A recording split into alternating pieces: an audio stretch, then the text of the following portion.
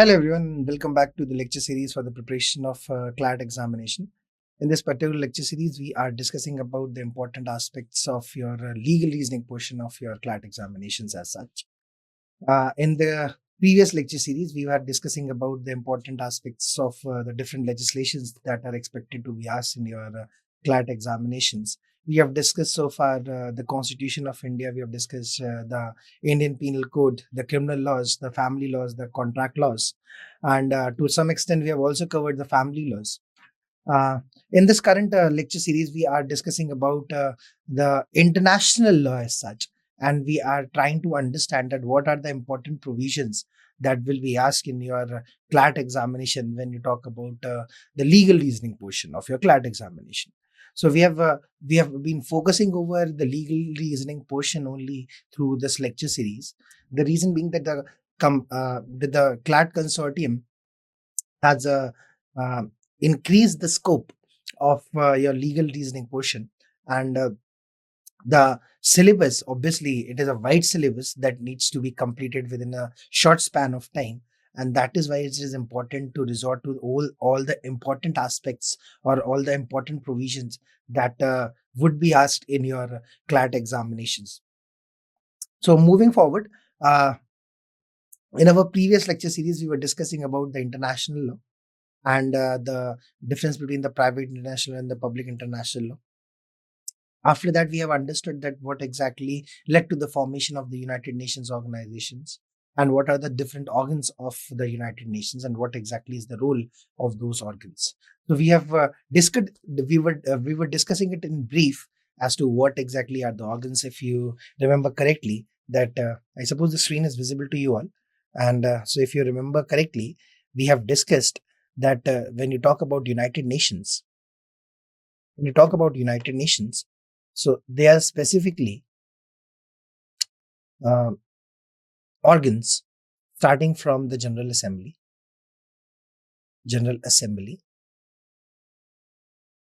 Then from General Assembly, you have Security Council.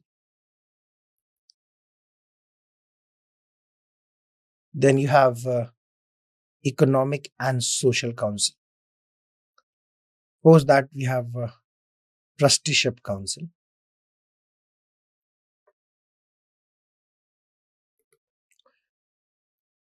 Then we have the Secretariat, which is responsible for the administration of the organization. And then obviously we have the International Court of Justice, ICJ. So all these organs of United Nations plays a very vital role in providing the main objective of the United Nations, that is peace and security throughout the nation, and to stop World War III from happening. Because the main motive of creation of this organization was to ensure that this after the Second World War, it was seen that there are a lot of loss, not only to the humans but also to the infrastructure, and a lot of chaos happened. A lot of people lost their life. The development was hampered. So in total, it is obviously understood that uh, war at anyhow is actually going to cause a lot of disturbance in the society as such.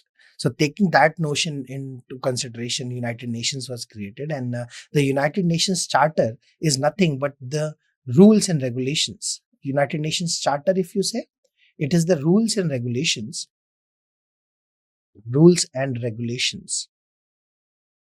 that all the nations who are the members of the United Nations are supposed to follow in order to ensure that the peace and stability is there.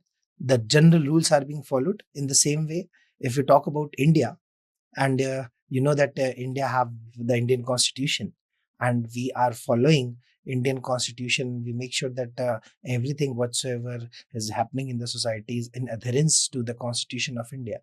In the same way, the United Nations Charter has been created, and the main work of this particular organization is again the same, to make sure that the peace and security is there, the upliftment of the people are there, the friendly relations are there, the cooperation is there. So each and everything, what exactly is the objective, what exactly was the reason, everything has been mentioned under this charter, and that is what we are going to discuss it in today's lecture series.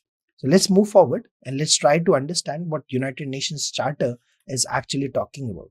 The first and the foremost thing, that whenever you will be seeing the United Nations Charter in real time, you will see it starts with the preamble. The same way as in Indian Constitution, it starts with the preamble, or any legislation that has been created starts with the preamble, which explains the main objective of this particular legislation. In the same way, the United Nations Charter also starts with the preamble. Let's try to understand that what exactly this preamble says.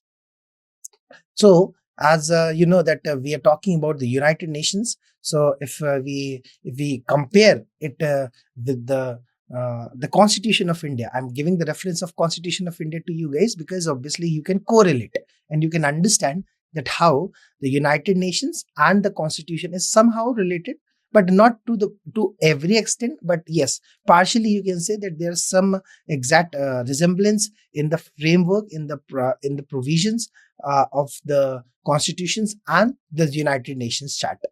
So let's try to understand the preamble. The preamble is very important because preamble actually outlines the main objective of the United Nations Charter. And if you talk about the CLAT examination, then yes, obviously there will be questions that will be put up in front of you from the preamble itself.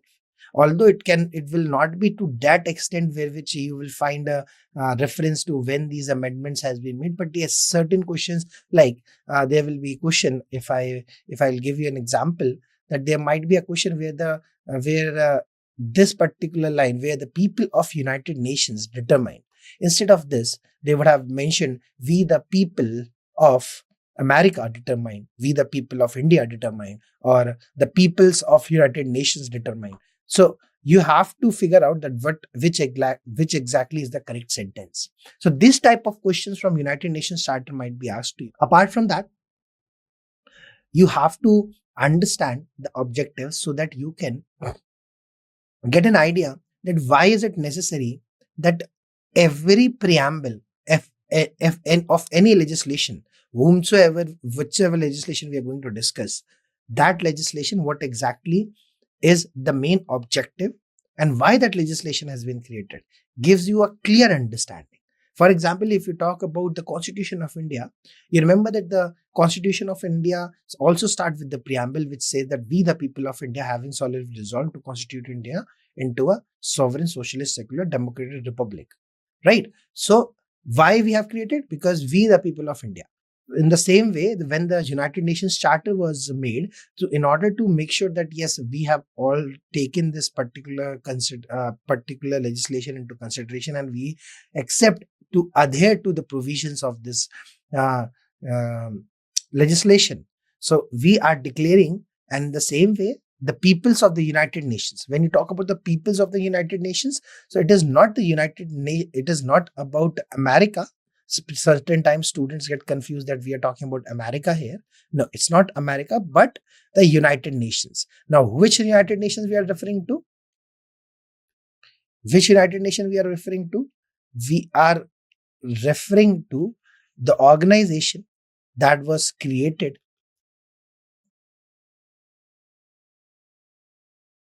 yes. So we are talking about the organization that was created by the United Nations organization. Okay, the organization that is United Nations organization, and the members of this organization are being referred under this people. So we the peoples of United Nations determine. So what exactly is their determination? Let's try to understand, because once you have understood the main objective, then obviously it will be easier for you to understand what exactly the law says about the United Nations. The first thing is it says that we the people of United Nations determine to save succeeding generations from the scourge of war. I just explained to you in the very beginning of this lecture series that the main objective of United Nations was to stop to prevent the Third World War from happening. So the very first preamble with the very first objective of the United Nations Charter starts with the same representation, that the to save succeeding generations. Succeeding generations mean the generation that is about to come from the scourge of war, which twice in our lifetime has brought untold sorrow to the mankind. Okay, so this was the first reason why the United Nations Charter was created. And the second is to reaffirm faith in fundamental human rights. Okay, so if you remember that when we talk about World War One and World War Two, there was a lot of infringement of the human rights. People were thrown out of their houses. They were molested, they were exploited, and many people lost their lives because of innocent people have lost their lives. So because of that, obviously there was a need to create an organization that will obviously make sure that this type of war never takes place, because it is going to be very harmful for the world at large. So that is why this organization was very much needed, and that is why this was created. So the second in the preamble, the reason why this preamble has been created is to reaffirm faith in fundamental human rights. Human rights, obviously we have discussed what is human rights, in the dignity and the worth of human person, in the equal rights of men and women, and of nations large and small. So what it is explaining here is that it should be gender neutral, and equality should be there. Equality should be there. So if you can see that when we're talking about the preamble, and when you're discussing the provisions of the preamble, the first thing that we understood was that we will try to save the succeeding generations from what? The Third World War. And the second is to assure fundamental human rights, that there should be enforcement of the fundamental human rights, which will ensure that the dignity of the human person and the worth of the human person is maintained, and equal rights for men and women. There should be equality, gender neutrality, and the nations large and small. Even when you talk about comparison between two nations, whether it is Sri Lanka or whether it is China, both obviously they have a lot of difference. China has been a developed nation, and it has lots of population.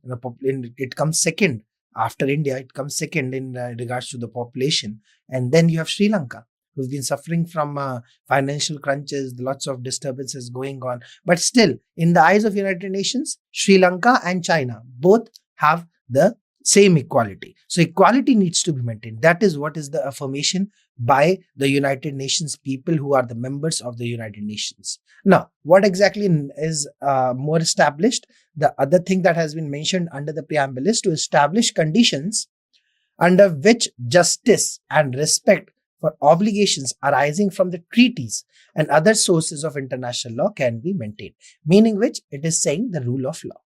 If you remember, in short, in order to make you people understand, it is obviously you can correlate it with the rule of law, that whatsoever justice and equality and respect of obligations arising from the treaties. Okay, so one should respect the obligation that is arising from the treaties.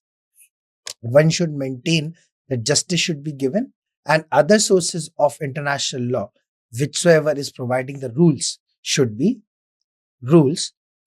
adhered to.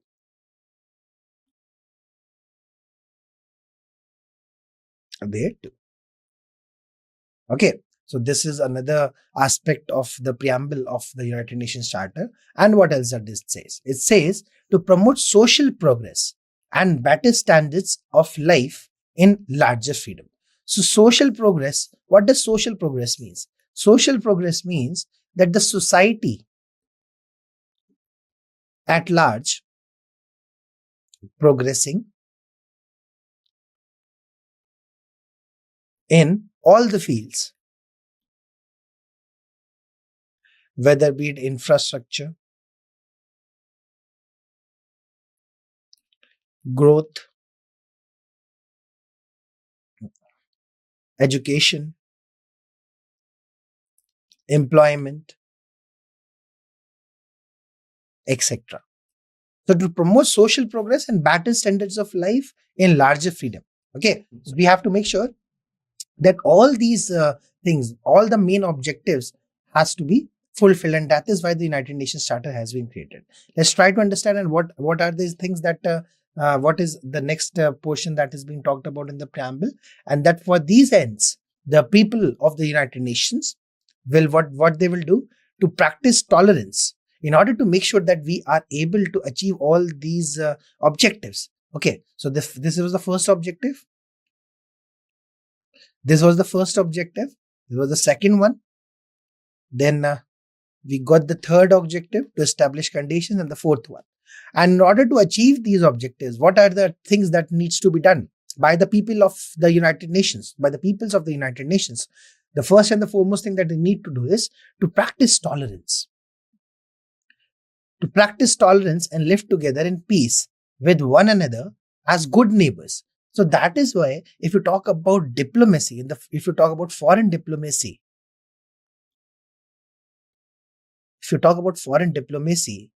the concerns whatsoever has been mentioned under these agreements, whichever India signs or whichever any country signs.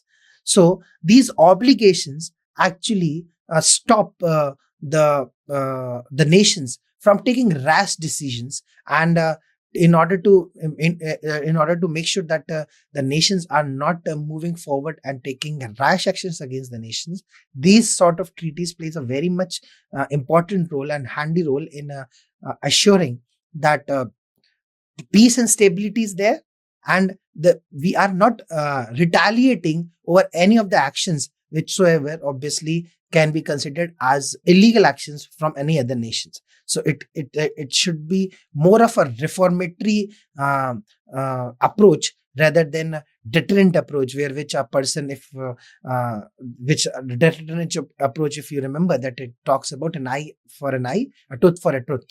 So that type of philosophy should not be entertained, because once you are being the member of the United Nations, you are adhering to the preamble, you are making sure that you are adhering to these practices, and that is these practices has been mentioned under the preamble itself. The first one being to practice tolerance and live together in peace with one another as good neighbors. Okay, very important. Second, to unite our strength to maintain international peace and security. Now, some students might get confused here that, sir, you are saying that we should practice tolerance and live together in peace with one another and good neighbors. And what if some external aggression happens? What if some external aggression happens? Okay, there is some mistake here. Let me see if I can just clear it out. Yes.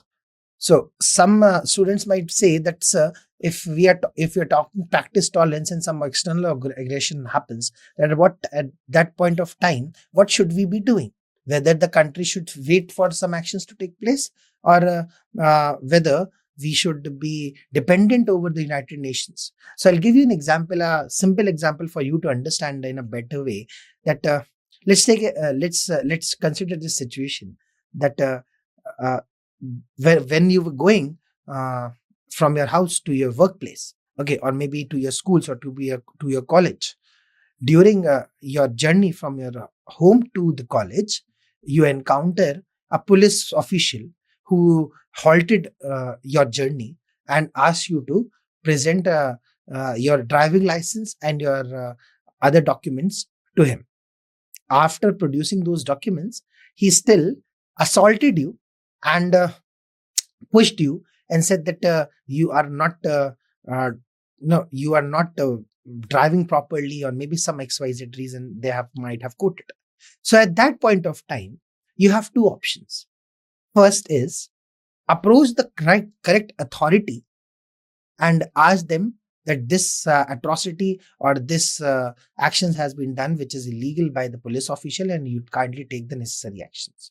Or second, you retaliate and you start beating the police officer. Now you tell me that what should be your approach? Yes, obviously the answer would be that we should go to the concerned authorities and we should explain that what exactly has happened. And obviously, uh, we should approach in that particular manner. In the same way, if there is any external aggression from the neighboring countries, at that point of time, first and foremost, if the retaliation is such that obviously that the country is going to suffer, they should try to mitigate the things out. They should try to practice the tolerance. And if they are not able to stop that aggression from happening, they should inform the United Nations organization that these type of actions has been taken, and you have asked us, and this organization has been formulated in order to ensure this deep type of foreign aggression doesn't happen, and we want your assistance in order to stop that. And then only you proceed further.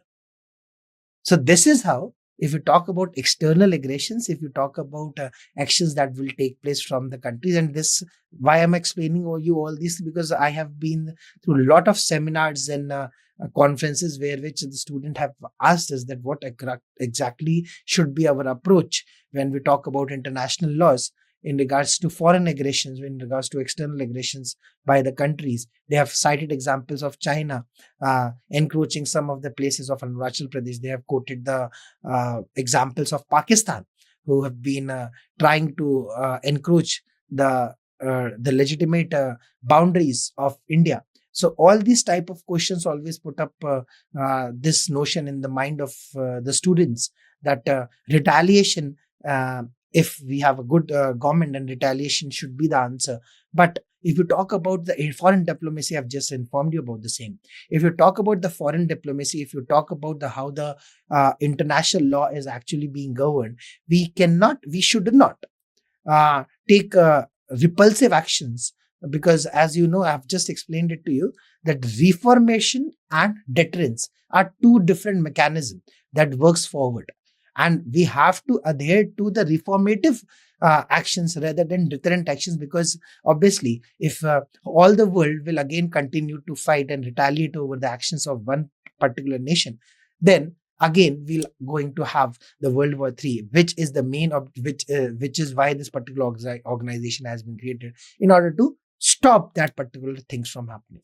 If you have been studying newspapers, you have you must have gone through the Russia and Ukraine war, the Israel and the Palestinian war, the India and Pakistan, the obviously India and China. Then there are other nations who are also in conflict. So obviously these nations are in conflict, but what if the other nations also get involved in the same? So that is why the practice of tolerance and to live together in peace with one another as neighbors is perhaps very important. And that is what needs to be followed if you talk about assuring that there should be peace and stability throughout the world at large. Now, the second point says that to unite our strength to maintain international peace and security, right? So instead of going against each other, we should be united as one to maintain international peace. That is the main goal, and security. So if all the nations are peacefully working together, then what the main benefit of it would be that there will be free trade first and foremost, because it will ensure that you have a larger area, larger market to work forward with. People will have more scope to work to get employment. Right now, we have been, if we talk about foreign employment, if we talk about employment outside India, then we see that there are certain places where which the majority of the Indians tend to move forward, and majority of the people from outside our country comes and study here and works here and gets employment here. So the main reason for them to come here and to and Indians to mitigate to another places is that they want a much more bigger area, or a bigger scope for their development. So at that point of time, if we are united together, it will ensure that there is more feasibility and more scope and more development of not only India but the world at large. That is why unity will provide a much more stronger ground for all the nations to work forward for the more development, and to make sure that yes, we are working, although we are different nations, but we are working as one organization, one unit. And it will help in ensuring that there is peace and stability, and obviously there is development throughout the world. So that's these things that obviously I will be using a lot of times, the word being peace, stability, security, development, because these are the main goals. These are the main goals of the United Nations organization. So you keep these things in mind, and obviously what exactly needs to be followed, that has been mentioned under the preamble. Let's move forward and let's try to understand what is the next um, objective and what exactly needs to be done to ensure by the acceptance of the principles and the institutions of methods that arms force shall not be used save in the common interest. Now, if we talk about arms, if we talk about armed forces, armed force, you have seen if you talk about Russia and Ukraine, and if you talk about Israel and Palestine, these are the two important these are the two important burning topics as of now, which are actually providing a lot of news, and which are actually um, um, very important discussions if we talk as of now. The reason being, these institutions, these nations are in conflict with each other. And not only are they in conflict, but they are using armed forces. Then the question would be put up in front, and then there will be doubts in the minds of the readers as of now. It's the United Nations organization is saying that we should ensure that by the acceptance of the principles and the institutions of method, the armed forces shall not be used. But here, if you see that the armed forces are used, then what is the main? Then what to what extent uh, the nations are adhering to these principles? Yes, it is true. Some of the nations might not give preference to the organizations, to the treaty that has been formulated, the United Nations organization that has been formulated. And they tend to take rash actions just the way Russia and Ukraine are taking, Israel and Palestine are taking. But what would be the end result of the same? It will be either Russia or Ukraine or Israel or Palestine. But in order to ensure that Russia, Ukraine, Israel, and Palestine all are surviving, all are developing, we should be of such a nature that there shouldn't be any conflicts. And if at all if there is any conflicts, we should try to mitigate those conflicts through negotiations, through discussions, through mediations, through conciliations, but not through war. And that is what has been explained under the United Nations organizations. If somebody, obviously, United Nations organizations are also in touch with the countries of Russia and Ukraine, and they are trying to mitigate the things without using the forces. But if the position goes to that extent that even after even after mediations and negotiations and conciliations, the nations are not halting, and which eventually would result in the World War III. Obviously, the United Nations organization, the different members of the United Nations organizations will come up handy and will try to stop this war from continuing. Okay, so that is the main goal, that armed forces should not be used, save in common interest. Now, the common interest would be that if this particular war that is going on between Russia and Ukraine or Israel and Palestine extends to such a way that some of the nations wants to join an ally with Israel, and some of the nations wants to join an ally with Palestine, and which ends up in resulting in a much more bigger war. So that type of war should be condoned and should be stopped. And this is what is the main objective of the United Nations organization. And the next one is to employ international machinery for the promotion of economic and social advantages of people. Okay, so international machinery, we have seen the specialized agency that has been created. We have created World Trade Organization. We have created GATT. We have other organizations. We are working forward for the social advancement, okay, and economic and social advancement of all the people. And that is what is the main end goal of the preamble as such. Let's move forward and let's try to understand. Having resolved to combine our efforts to accomplish these aims, These were the aims. Accordingly, our respective governments through representatives assembled in the city of San Francisco.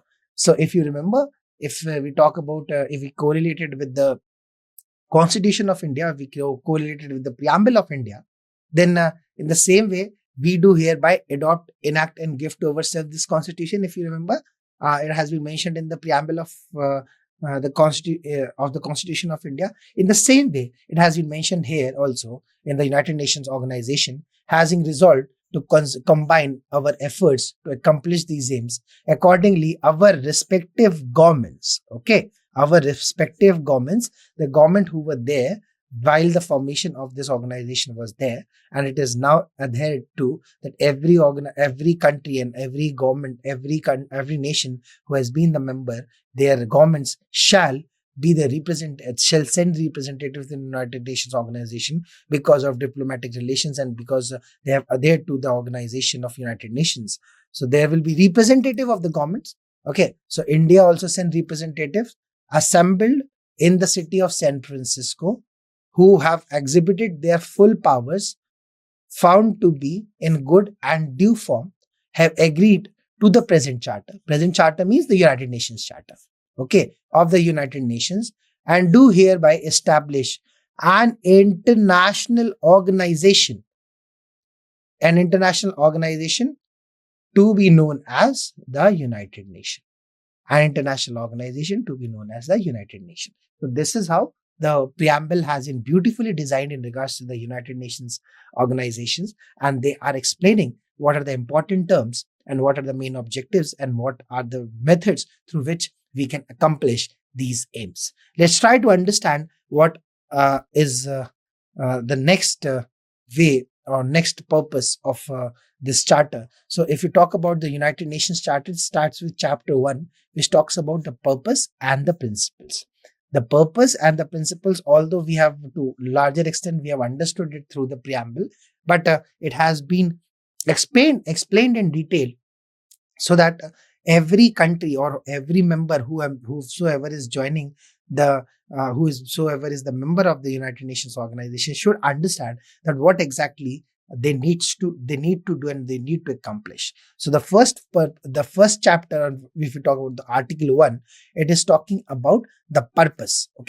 And the purpose of the United Nations are to maintain international peace and security, that is already we have discussed, and to that end to take effective collective measures for the prevention and removal of threats to peace, and for the suppression of acts of aggression or other breaches of the peace, and to bring about by peaceful means and in conformity with the principles of justice and international law, adjustment or settlement of international dispute or situation which might lead to breach of peace. So this is the main, this is the purpose of the United Nations. What is the purpose?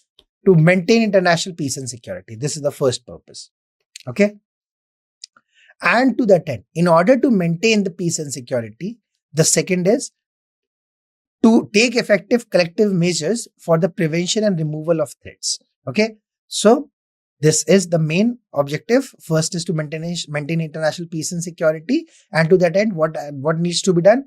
Effective collective measures. Collective measures should be there for the prevention and removal of threats to peace. If there is any threat or if there is any threat that has been brought and which is going to hamper the peace of the world at large, it should be stopped by what? By collective measures, by effective measures. And for the suppression of the acts of aggression or other breaches of the peace, and to bring about by peaceful means and in conformity with the principles of justice and international law, adjustment or settlement of international dispute or situation which might lead to the breach of peace. So all these things needs to be done in order to maintain international peace and security. Now, moving forward, let's try to understand what next has been mentioned. To develop friendly relations among the nations based on respect for the principles of equal rights and self-determination of the people, and to take other appropriate measures to strengthen the universal peace. So this is self-explanatory. I suppose you have understood what exactly it is saying. It is saying that you need to maintain friendly relations among the nations. Friendly relations among the nations. The first one was maintain peace and security. Second one be to develop friendly relations among nations. The nations who are the part of the United Nations organizations. Okay, to achieve international cooperations in solving international problems of economic, social, cultural, or humanitarian character, and to promoting and encouraging respect for human rights and for fundamental freedoms for all without distinction to race, sex, language, or religion. So what it is saying? It is saying that you will have international cooperation. In the previous one, what we studied, to have friendly relations, and now it is saying to develop cooperation amongst nations. To what goal? To what end? They are saying to achieve international cooperation in solving what? International problems. International problems are things that we need to resolve out of economic, social, cultural, or humanitarian character, and in promoting and encouraging respect for human rights. So human rights is something which, if adhered to, shall provide all important rights which helps in upliftment of human race. So that is why respect of human right is necessary, and for fundamental freedoms of all. So fundamental freedoms, if you remember, if you talk about the Indian Constitution, you find mentions of the fundamental freedom under Article 19. In the same way, other nations have other constitutions and they must have mentioned about their fundamental freedoms without distinction. So obviously, we have Article 14, which talks about equality. In the same way, we have Article 15, which talks about discriminations.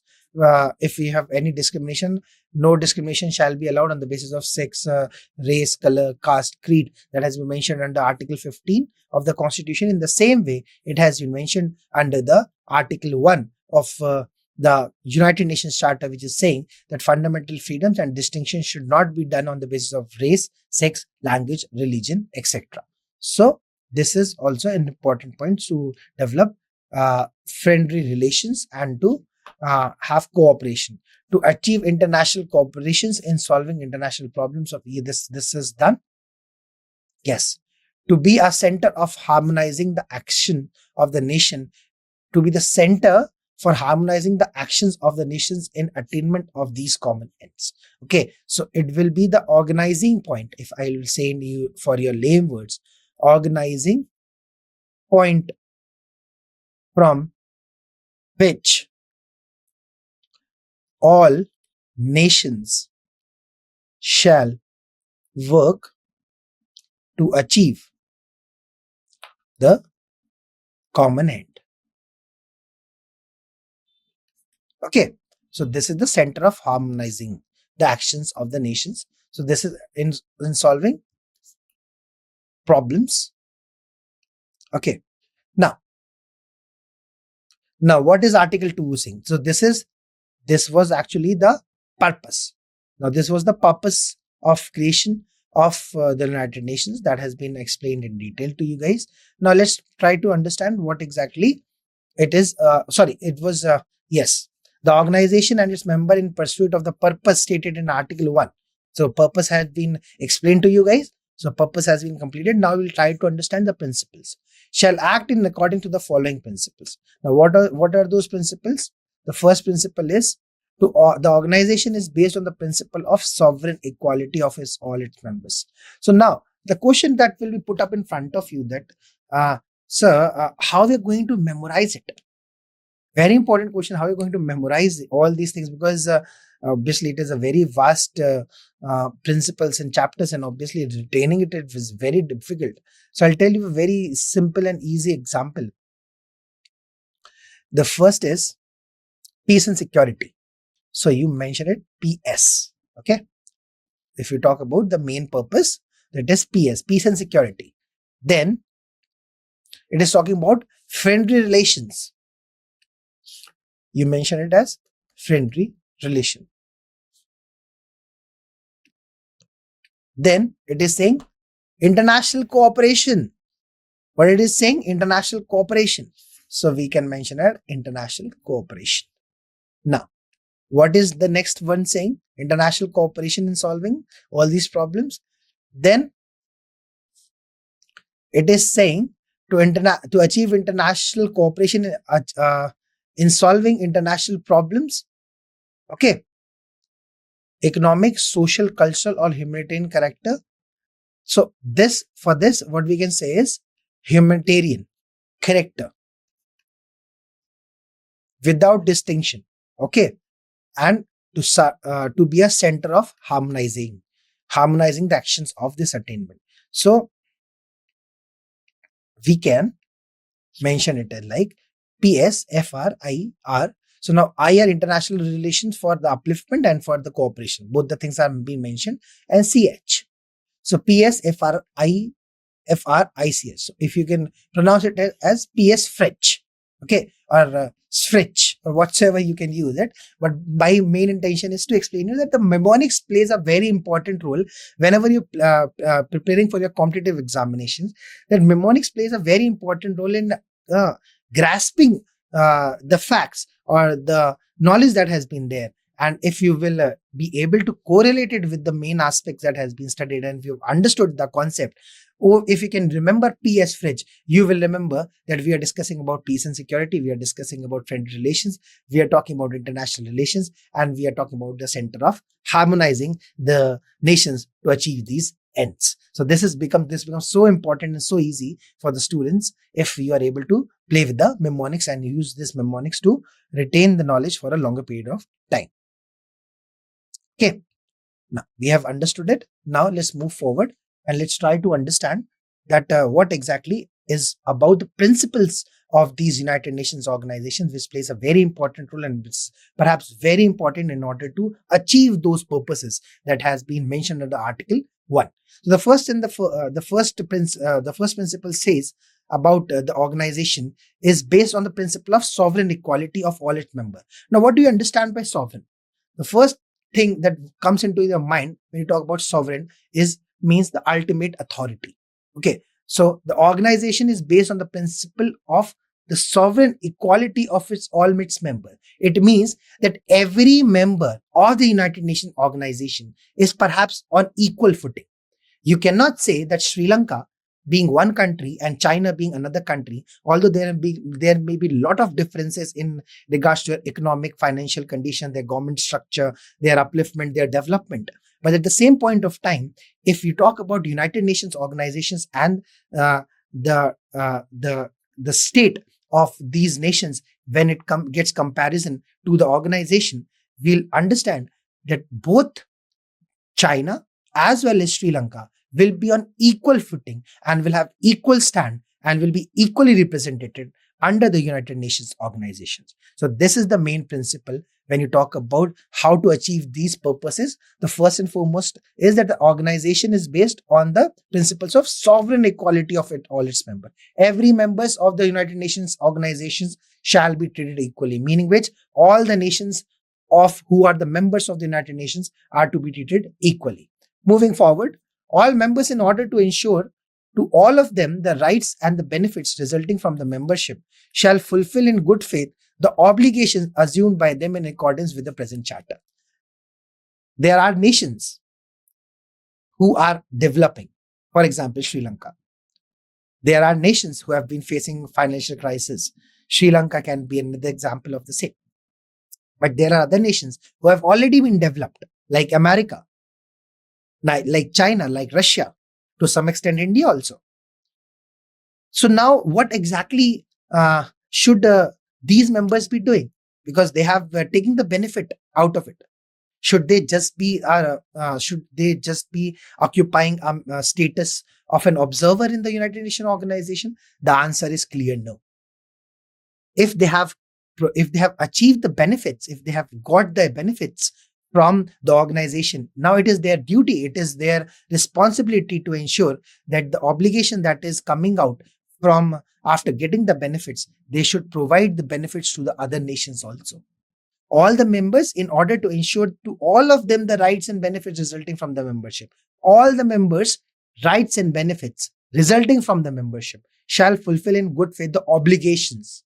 Obligations also needs to be fulfilled by the members if they're getting the benefit.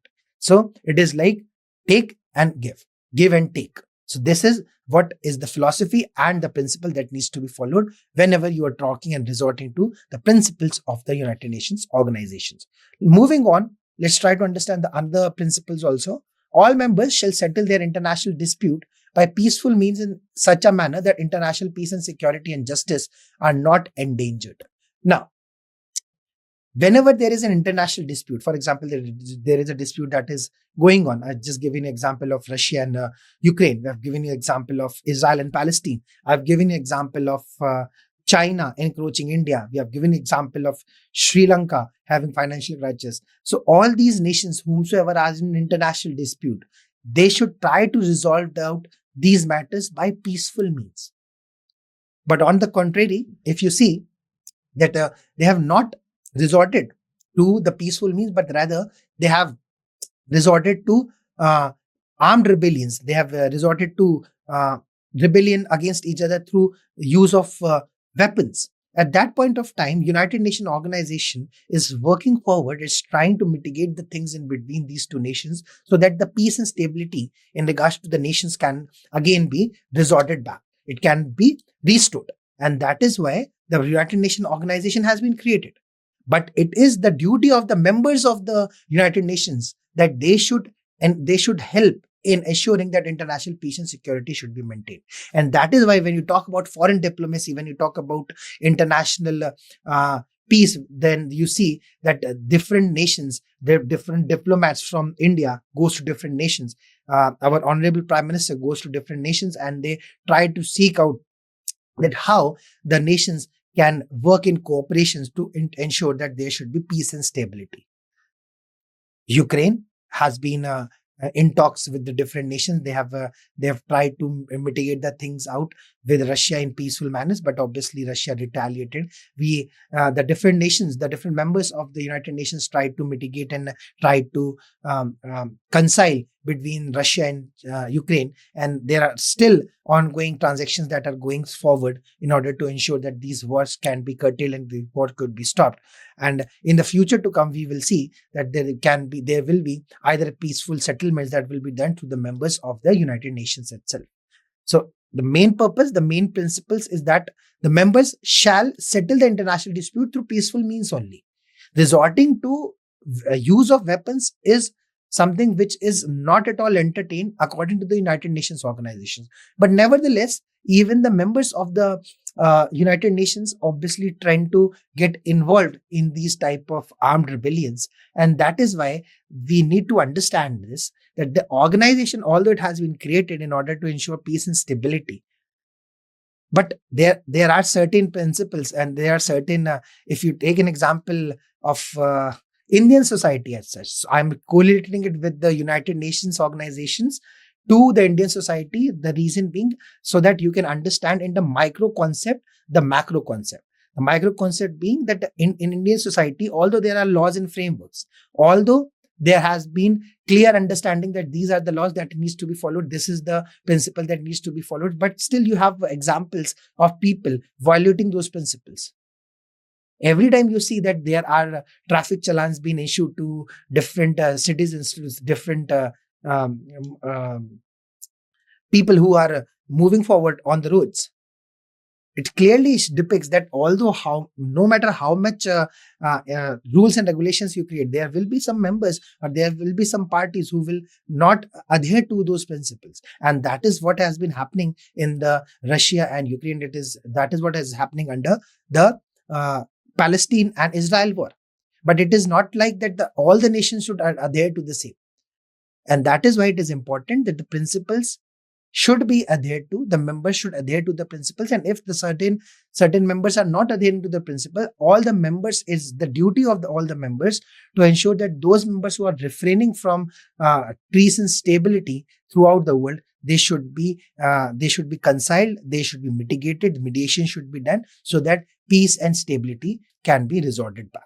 Okay, moving forward, next principle said all members shall refrain in international relations from the threat on use of force against the territorial integrity or political independence of any state or in any other manner inconsistent with the purpose of United Nations organizations. Just gave you example of China encroaching India in some parts of Arunachal Pradesh, Pakistan occupying some part of Kashmir, which is known as Pakistan occupied Kashmir. So these type of examples should not be entertained, although it has been mentioned, but you still see that there are certain live examples where which the policies or the framework that has been mentioned by the United Nations organization is not being adhered to. All members shall give the United Nations every assistance in any actions it takes in accordance with the present charter and shall refrain from giving assistance to any state against which the United Nations Charter is taking preventive actions. Important point here. Important point for your CLAT perspective. The reason why it is said important is because right now, you need to understand when you talk about CLAT consortium as such, CLAT consortium always take into cognizance what exactly is happening in the real world, in the current world scenario.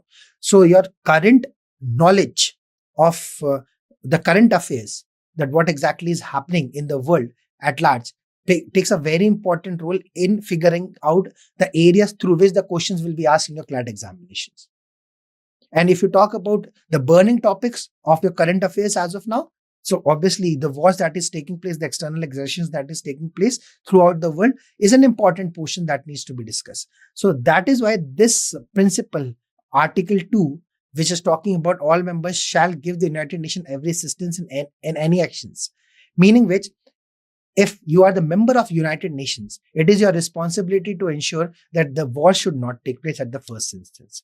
If the war takes place by any means possible, so you should not get involved in the war. The nation should not get involved in the war, but rather, if it is the member of the United Nations, it should work in accordance with the United Nations organization, and it should assist the United Nations organization in taking preventive actions to enforce peaceful settlement between the nations who are in conflict.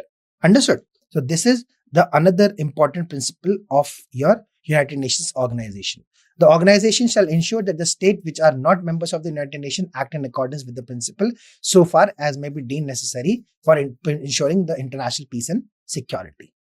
Nothing contained in this pattern chapter. So this is not important for you guys because obviously you're going to study in your, when you clear your CLAT examination and you move forward and you pursue your career in law, then obviously you will be studying these things in detail. But for you as of now, as a CLAT aspirant, the information that has been shared through this lecture series about the principles and the purpose of the United Nations Charter is sufficient enough, and it will be helpful for you in preparation of your CLAT examination and especially international relations when you talk about the legal reasoning portion of your CLAT examinations. We'll continue with the Article 3 of the United Nations organization, which talks about the membership, how the members are elected, how the nations will be the members of the United Nations. Then we'll be discussing about the Security Council, General Assembly, and other organs of the United Nations organizations in the upcoming lectures. I suppose you were able to understand what exactly are the principles and the purpose of the United Nations, and what exactly is the preamble stating about the reason for the formation of the United Nations organizations. With this, I would be ending today's video, the lecture series, and we will be continuing with the membership portion of your United Nations organization, which is specifically mentioned at Article 3 of United Nations in our upcoming video. With this, I would like to thank you all for being present in this video. Take care and bye-bye.